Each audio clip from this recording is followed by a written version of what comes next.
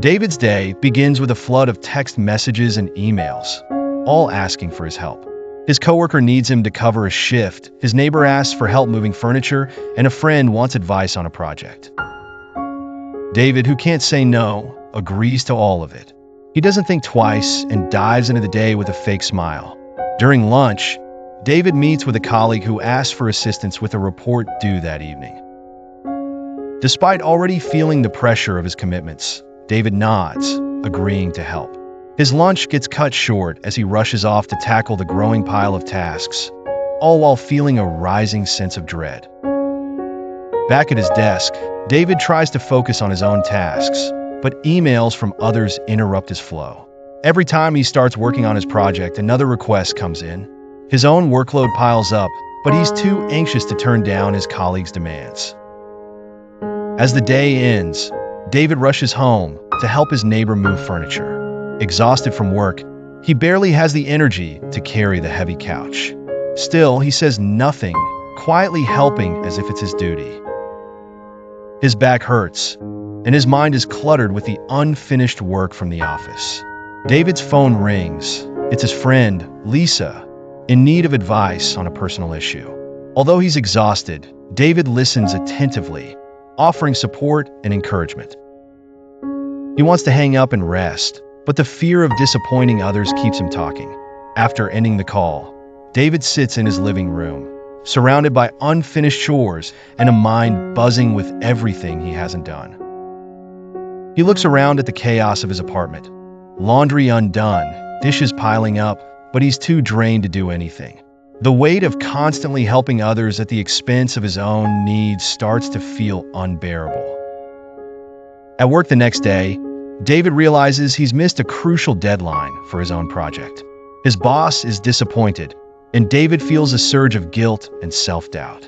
He wonders if helping everyone else is worth it when it means failing in his own responsibilities. During a lunch break, David confides in a close friend, Michael, who listens quietly as David vents about his exhaustion and frustrations.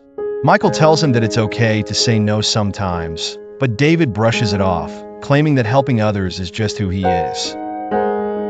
Later that evening, another friend calls, asking for a favor. Yet another thing to add to David's long list. His exhaustion peaks, but he still hesitates. After a long pause, he agrees, kicking himself mentally for once again failing to say no. The weight of always saying yes feels unbearable, and for the first time, David wonders if he should start thinking about his own needs. On the weekend, David plans to relax, but he ends up helping his family with errands, fixing his friend's computer, and running work errands. By the evening, his body aches, and his mind is a blur of responsibilities that aren't even his own. His plans to relax are, once again, pushed aside. David lies in bed, unable to sleep. He replays the last few days in his mind. How much he's given to others, how little time he has for himself, and how tired he feels. The thought of saying no to the next request lingers in his mind, but the idea of letting people down still fills him with anxiety. The next morning, David gets another call asking for help. It's a simple request, but his heart races. He pauses, feeling a moment of panic. But then, for the first time, David quietly says, "No, I can't today." The silence on the other end is awkward, but it's quickly followed by a, "Okay, no problem." David hangs up, feeling both liberated and terrified by his decision. After saying no for the first time, David feels a strange mix of relief and guilt. He wonders if his friend is angry or disappointed, and the fear of losing relationships begins to weigh on him. He keeps checking his phone, but no angry texts or calls come through. Still, he feels anxious about the potential fallout. David meets up with his friend Michael, expecting tension from his earlier refusal.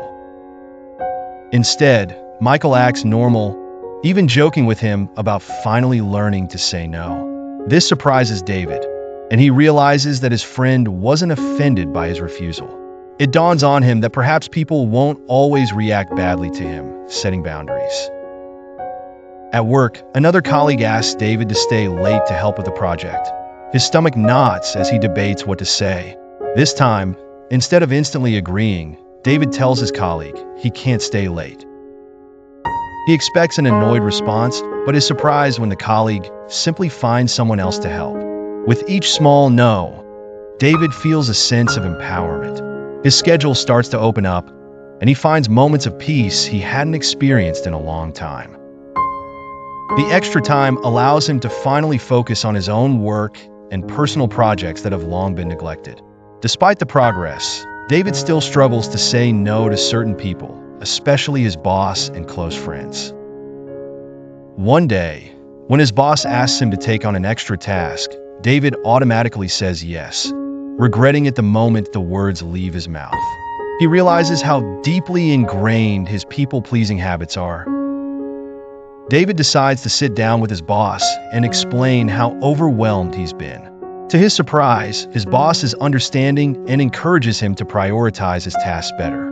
David leaves the conversation feeling more empowered to set boundaries, even at work. David's family also begins to notice the changes.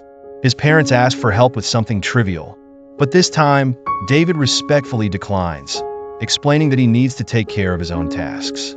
There's initial surprise, but they quickly accept it. Not everyone takes David's boundaries well. A friend, upset by his refusal to help with a weekend project, stops speaking to him for a while. David feels conflicted, but realizes that maintaining boundaries means accepting that not everyone will react positively. David takes time to reflect on how far he's come. He realizes that by constantly saying yes to everyone, he had neglected his own well-being. Now, with more balance, he feels happier and more in control of his life. At work, David's performance improves as he starts focusing on his own projects rather than being distracted by others' demands. His boss notices the change and praises him for his increased productivity and focus. David feels a growing sense of confidence in his decision-making. In his personal life, David begins to reconnect with hobbies he had abandoned. He spends more time exercising, reading, and working on personal goals. His relationships become more meaningful as he's no longer stretched too thin. One day, David is asked to help organize a big charity event. It's a noble cause, but David knows he doesn't have the time or energy to contribute. Saying no feels harder than ever, but he sticks to his boundary, offering to help in a smaller capacity. To his surprise, the organizers are grateful for whatever help he can give. David sits on his balcony, sipping tea, reflecting on the past few months. Life feels calmer, and he finally feels like he's living on his own terms. The constant anxiety and guilt from trying to please everyone has faded, replaced by a quiet confidence.